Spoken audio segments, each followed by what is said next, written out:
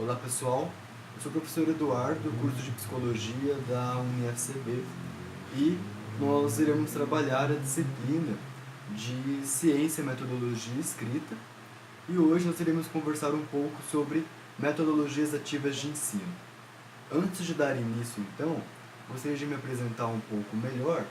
Eu sou pesquisador do grupo de pesquisa sobre o desenvolvimento humano e contextos socioambientais do ciclo de vida e trabalho buscando ali temas que conectam psicologia ambiental, psicologia analítica e outras disciplinas com essa visão de promoção de saúde mental e afins. Eu mestrado também nessa área, com ênfase em psicologia ambiental e venho desenvolvendo pesquisas nesse sentido. Então, acompanhar vocês nessa disciplina de ciência e metodologia, na verdade, para mim é um grande desafio, uma vez que nós estaremos utilizando uma metodologia de ensino um pouco diferente, que consiste nessa proposta de metodologias ativas. E vai casar muito bem com a ideia de que, ao final dessa disciplina, nós, eu e todos vocês, estaremos produzindo, ao menos, um material científico juntos. No primeiro semestre, iremos entregar um pré-projeto de pesquisa e no segundo semestre iremos entregar então uma proposta realmente de uma revisão integrativa, trabalhando ali alguns temas que são importantes para o nosso desenvolvimento acadêmico. Entre eles, iremos focar no conceito de ciência, ciência e psicologia. Posteriormente, iremos desenvolver as questões metodológicas e normas no que diz respeito à produção técnico-científica brasileira e, posteriormente, estaremos desenvolvendo cada grupo que vocês estarão se reunindo irá escolher um tema específico de pesquisa e nós iremos nos debruçar nesse tema, desenvolvendo e entregando esse material, treinando a nossa escrita científica e depois iremos treinar também a nossa comunicação científica. Então, quando nós estamos trabalhando a ideia de metodologias ativas de ensino, nós devemos ter muito essa concepção das metodologias ativas, ela deve ficar muito clara, justamente para a gente poder entender como nós iremos organizar a nossa disciplina e quais são as bases que nós teremos para poder seguir em frente nesse sentido enquanto concepção de aula, visto que essa disciplina ela acontece em um formato semipresencial. A partir da ideia de que metodologia ativa de ensino envolve a participação mais intensa de vocês no processo de ensino e aprendizagem, optei por trabalhar com essa concepção de projetos e de sala de aula invertida. Isso significa que no decorrer do semestre vocês estarão acompanhando um cronograma e neste cronograma nós teremos então todo o alinhamento da disciplina em que a cada sexta-feira, que nós teremos aula por EAD, vocês terão então um conteúdo trabalhado que será discutido e avaliado na aula presencial nós teremos o aprofundamento desse tema em aula presencial. Isso exige que vocês acompanhem sempre ao material que será disponibilizado para vocês às sextas-feiras no Moodle.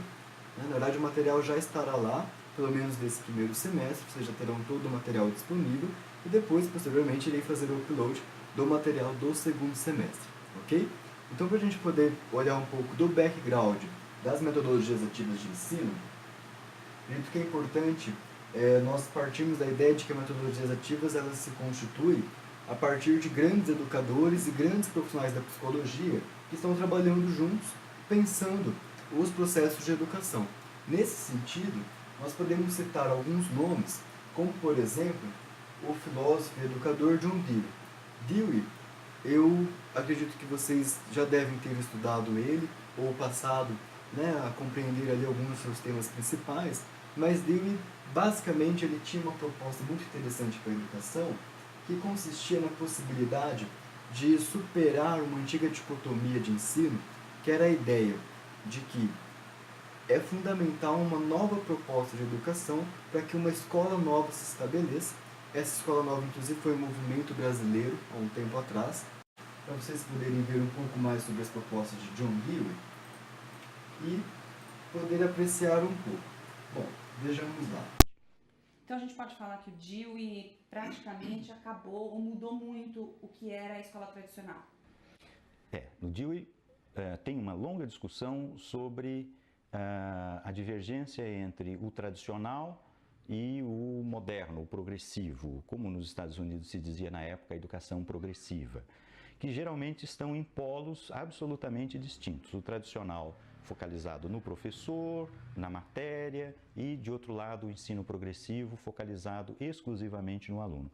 A discussão do Dewey é que não dá para nós ficarmos nestes polos. Nós temos que trazer para um termo médio, digamos assim, em que o aluno, a experiência do aluno e o professor com o programa e com as disciplinas sejam considerados. Então, às vezes se usa de maneira muito equivocada, se dizer, o Dewey contrariou todo o ensino tradicional e optou, né, pelo outro polo. É perigosa essa afirmação, porque na verdade ele não descarta as matérias, não descarta o professor, né, mas quer que esses elementos estejam sintonizados com o aluno, com a experiência do aluno. Esse material do Dewey, um outro profissional que vocês já tiveram conhecimento sobre ele é o Piaget. Piaget ele tem uma formação muito grande, né, em muitas áreas diferentes, e basicamente ele se preocupou com a ideia de que, como se constitui um conhecimento. Diferente do Dewey, de Vygotsky, de outros autores que nós vamos ver daqui a pouco, o Piaget ele não era necessariamente um educador. A preocupação principal dele era como que o conhecimento ele se configura na nossa psique. Como que o conhecimento ele é adquirido, ele é um epistemólogo. E nesse sentido, ele começa a estabelecer diversas questões que posteriormente foram acopladas, né, foram utilizadas por educadores para pensar seus processos pedagógicos, uma vez que Piaget conseguiu sistematizar essa ideia de como nós produzimos conhecimento. E isso é um objeto de interesse da educação. Para isso, também selecionei aqui um outro vídeo para a gente poder estar observando. A segunda razão pela qual Piaget é também bastante lido na pedagogia é de outro nível. Na verdade, Piaget acaba sendo o autor em psicologia que dá base teórica para movimentos pedagógicos que foram inclusive anteriores a Piaget. Então, por exemplo, a renovação pedagógica, e nisso você pode colocar a escola nova, também Montessori em parte, Freinet, enfim, os educadores encontram em Piaget uma teoria que no fundo lhes dá razão. Então, digamos, a teoria piagetiana é a teoria que se adapta a uma certa corrente pedagógica, notadamente aquela que se opôs ao formalismo e ao verbalismo do ensino tradicional. Então, essas duas razões, pelo fato de ele estudar a criança e de ele ter ideias sobre a criança que, digamos, são coerentes com uma certa pedagogia renovada.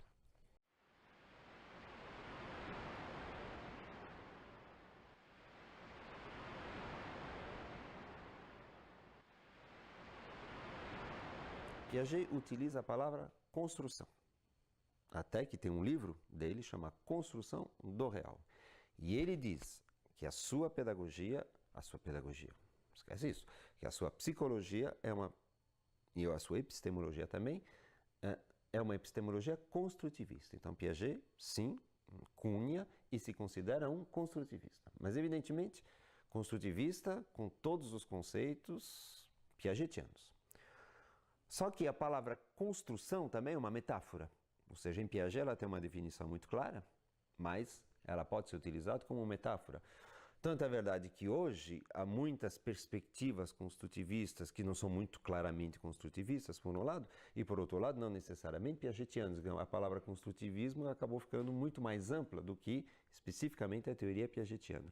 Então hoje você tem dentro da educação perspectivas construtivistas que utilizam Piaget sim, mas podem utilizar Vallon, podem utilizar Vygotsky, ou então sub-áreas tipo Emília Ferreiro, etc. e tal, né? Ou seja, embora a palavra construtivista tenha sido cunhada por Piaget, não é necessariamente esta mesma definição de construtivismo que você vai encontrar nas escolas hoje. O Henri Vallon, ele também possui uma formação muito ampla, né? Ele é filósofo, médico, psicólogo, político, ele passou por vários setores da sociedade e pôde desenvolver também várias concepções no que diz respeito a essa ideia de uma escola tradicional para uma escola nova, uma escola crítica, uma escola diferenciada. Quando nós falamos de escola tradicional e escola crítica, também é bacana nós percebermos que qual é o modelo tradicional de ensino, ou o modelo bancário de ensino?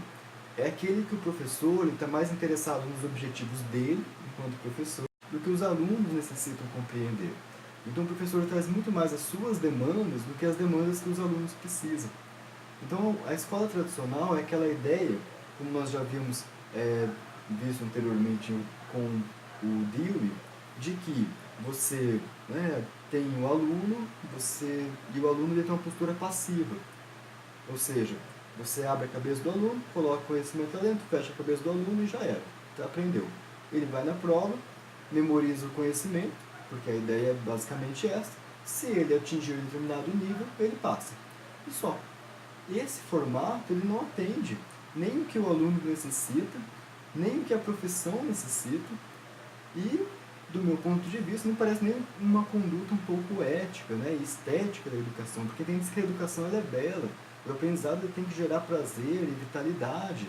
E foi esse cara, o Vallon, que foi um dos primeiros a falar, olha, a gente tem que superar essa ideia de que, vamos atender então o interesse do professor no formato tradicional, ou vamos pensar só no aluno e esquecer o professor no formato, nessa ideia. Então ele fez uma junção, e essa possibilidade de novamente unir áreas que estavam colocando ali temas polarizantes. Ele chegou e falou, olha, a gente tem que focar no aluno, logicamente, nessa visão crítica, e entender que o educador possui um papel muito importante ali, que é adquirir uma função de um tutor, de um mediador, de alguém que está ali compromissado com a educação crítica deste aluno e que irá auxiliar em seus processos, e que irá conversar, e que irá haver uma dialética, que vai ensinar e aprender ao mesmo tempo, e o aluno também estará aprendendo e ensinando ao mesmo tempo. Então ele tem uma pegada mais nesse sentido.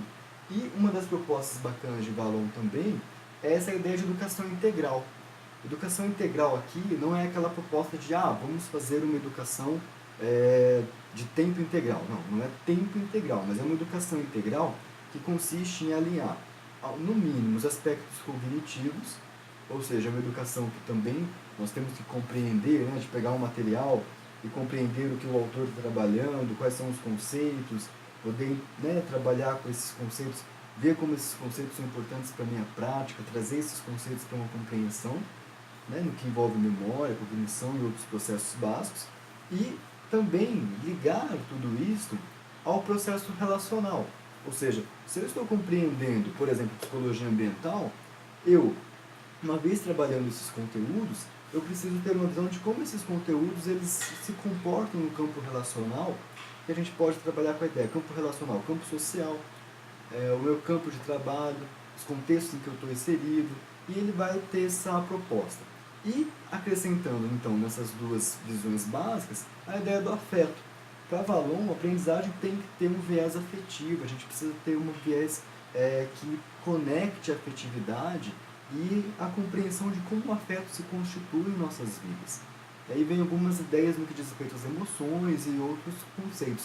Então, para ele, compreender um pouco sobre fazer disso, na verdade, uma base, é fazer uma educação de qualidade, uma educação compromissada, crítica, que vai questionar as questões sociais, que vai colocar o aluno em contato com a realidade. E o Vallon vem trabalhando nesse sentido. Um outro autor que nós temos que também tem uma conexão com os pensamentos de Vallon é o Vygotsky. Tanto que Vygotsky, Vallon, Piaget, eles trabalham em um mesmo formato, interacionista, que trabalha a relação professor e aluno, mas Piaget ainda não respondeu algumas coisas que Vygotsky viria a responder posteriormente. E depois Vygotsky também se distancia um pouco das concepções piagetianas, visto a capacidade de compreender os aspectos históricos e culturais que estão presentes nesse formato. Então Vygotsky também consegue dar um passo muito significativo no que diz respeito a como compreender a relação professor e aluno e como sistematizar as fases que se constituem desde a infância, produzindo ali o que a gente entende por humanidade, visto que o humano, na concepção de Vygotsky, e também de outros autores, ele não é um ser acabado. Então seria a ideia de que nós somos inacabados. Se nós somos inacabados, nós temos que ter uma conexão com o outro e com o mundo, e nós vamos fazer com o outro e com o mundo a nossa própria subjetividade. E uma vez produzindo a nossa própria subjetividade, nós estaremos em relação com. E aí, neste formato, nós entendemos como que essas concepções, elas casam com as metodologias ativas de ensino, uma vez que, nas metodologias ativas de ensino, nós vamos ter o trabalho em cima de projetos, o trabalho em cima de relações, as relações grupais que se estabelecem ali, e entre outros temas que estarão agregando com esse projeto, até mesmo emancipador, de facilitar, então, uma visão no que diz respeito à constituição de ciência, já que a ciência ela é uma proposta crítica e que necessita estar integrada com vários outros temas transversais. Mas depois a gente vai estar comentando sobre isso no decorrer da nossa disciplina. Vygotsky atrai os educadores porque é um autor que fala da escola, fala do professor e valoriza a ação pedagógica e a intervenção.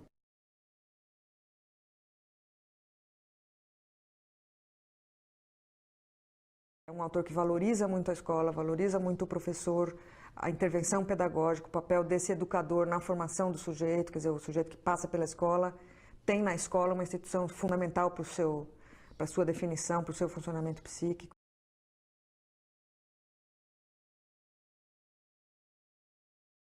Nasci em 1896, na Bielorrússia, país que fez parte da extinta União Soviética, e morri em 1934, de tuberculose, aos 37 anos. Eu era membro de uma família com uma situação econômica bastante confortável e uma das mais cultas da cidade. Formei-me em Direito. Trabalhei como professor e pesquisador nas áreas de psicologia, pedagogia, filosofia, literatura, deficiência física e mental. Com Leontiev e Luria, formei um grupo de jovens intelectuais da Rússia pós-revolução que buscavam uma nova psicologia. Embora minha produção não tenha sido um sistema explicativo completo, ela foi vasta. Escrevi cerca de 200 trabalhos científicos, que foram pontos de partida para inúmeros projetos de pesquisas posteriores. Os temas dessas publicações vão desde a neuropsicologia até a crítica literária, passando por deficiência, linguagem, psicologia. Paulo Freire, nós sabemos que em sua metodologia crítica, em seu ensino crítico, ele propõe a conexão dos valores culturais e aspectos que compõem o nosso conhecimento, o conhecimento prévio que nós carregamos, da nossa bagagem, ou seja, nós não chegamos no ensino, vocês não chegaram na faculdade do nada. Vocês passaram por várias vivências, várias narrativas que já estão ali presentes dentro de vocês, no sentido, dentro da concepção da subjetividade de vocês, e que isso já constitui uma possibilidade de conhecimento muito válido, e que os novos temas que se agregam a estes, na verdade, vocês já estão estabelecendo conexões interessantes e vocês poderão adquirir uma leitura mais crítica diante dessas ideias. Então, para a gente pegar uma concepção geral, já que a gente está falando de ensino, todos nós passamos por ensino. Nós passamos por escola formal, nós passamos por uma educação básica, por uma educação dentro da concepção de ensino médio, alguns fizeram cursinho, outros não, outros já fizeram faculdade, enfim. A relação que vocês têm com o ensino já está pautada nessas experiências anteriores. A relação que vocês têm com a psicologia do desenvolvimento, por exemplo, está pautada uma vez que vocês já passaram por essas fases do desenvolvimento. E as suas narrativas estão ali emaranhadas com tudo isso. E é bacana a gente poder compreender onde os novos temas se conectam com essas narrativas, visto que isso tende a produzir um conhecimento que possui significado e sentido, e que não é um conhecimento vazio, porque nós conectamos isso com o mundo, com a realidade em que nós estamos inseridos. E Freire tinha uma preocupação muito grande nesse sentido. A partir, então, só para a gente poder ter uma ideia também, vou colocar um outro material de Freire. Tá. Aprendi a escrever meu nome. Tive em outras escolas, mas o que mereceu mesmo, que descolou mesmo, que eu me orgulhei em dizer eu não sou mais analfabeto, foi Paulo Freire. Paulo Freire colocou o oprimido na história. Ele deu visibilidade a alguma coisa que estava lá historicamente sendo invisibilizada pela cultura dominante. Então, pondo no palco da história o oprimido, ele estava fazendo um ato revolucionário. A concepção antropológica de Paulo Freire é muito simples. Primeiro, você é um ser curioso. Então, a curiosidade é uma categoria fundamental, principal. Segundo, você é um ser inacabado, incompleto, inconcluso. Portanto, você precisa do outro, né? E terceiro, né, se você nasceu como um ser de ligação, conectivo com o mundo, e você comparte com o outro, né, compartilha com o outro o mundo, né, esse mundo está em transformação. Portanto, a antropologia de Paulo Freire está baseada na ideia de que o ser humano está em constante evolução, em constante transformação. Primeiro, se nós somos um ser curioso, a primeira coisa que vamos fazer é ler o mundo. Então, a leitura do mundo é um princípio fundamental da teoria do conhecimento de Paulo Freire. A segunda é a tematização. Pegar aquelas palavras geradoras, aqueles princípios geradores, aquilo que o povo conhece, no caso do método de alfabetização, né? Aquilo que o alfabetizando conhece, e descobrir o que significa. E a terceira é a problematização. Você vê, a problematização é o momento culminante do método freiriano. Então, por isso que Paulo dizia, não quero saber de ser conhecido apenas como alguém que inventou o método, porque exatamente o seu método está ligado à sua teoria do conhecimento e à sua antropologia. Com base nisso, nós temos alguns compromissos específicos que a metodologia ativa de ensino nos pede. Entre elas, o que eu vou trazer bastante ênfase agora é que devemos seguir o nosso cronograma. Ou seja, é lógico, o cronograma ele é flexível. Nós devemos seguir o nosso cronograma no sentido de que temos aula de sexta EAD. E as aulas de sexta são aulas. Elas devem ser assistidas, os temas devem ser, né, vocês devem estar estudando sobre eles, porque nós iremos usar isso. E além disso, no cronograma, algumas dessas aulas elas terão fóruns e outras atividades que devem ser entregues. Será contínuo, não será necessariamente uma avaliação de prova, apesar de que também teremos avaliação formal, mas será uma avaliação de que a cada aula teremos critérios de avaliação de acordo com esse desenvolvimento da disciplina, e como iremos trabalhar com projetos, o desenvolvimento do projeto em si já será também mais um tema de avaliação. Isso estará claro lá no nosso plano de ensino. Então, nós iremos, né, já estaremos, depende de quando vocês estiverem assistindo esse material, se foremos ou depois de nossa aula, mas a ideia é que nós já teríamos conversado sobre a avaliação anteriormente. Bom, nesse âmbito, então, devemos lembrar também que a entrega do trabalho, todo projeto tem algumas fases.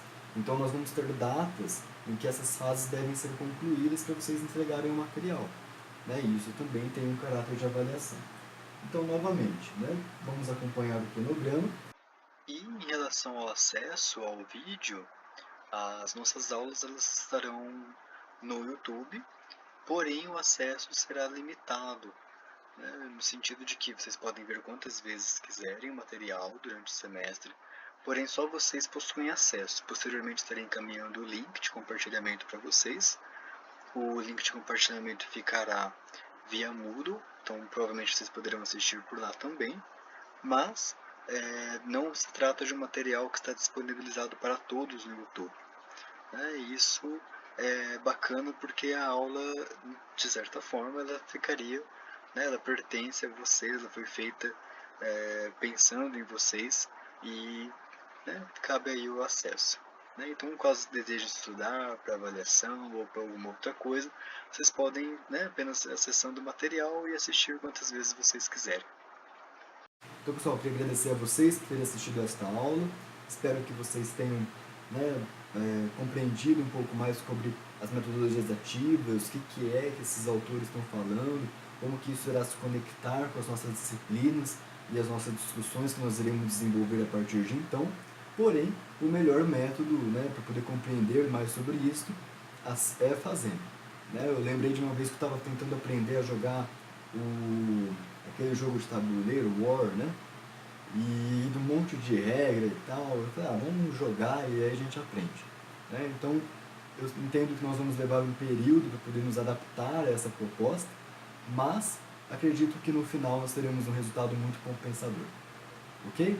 Então, um grande abraço, tenham aí bons estudos e qualquer coisa eu fico à disposição via e-mail, via Moodle, para a gente poder estar conversando sobre a nossa disciplina. Ok? Até mais!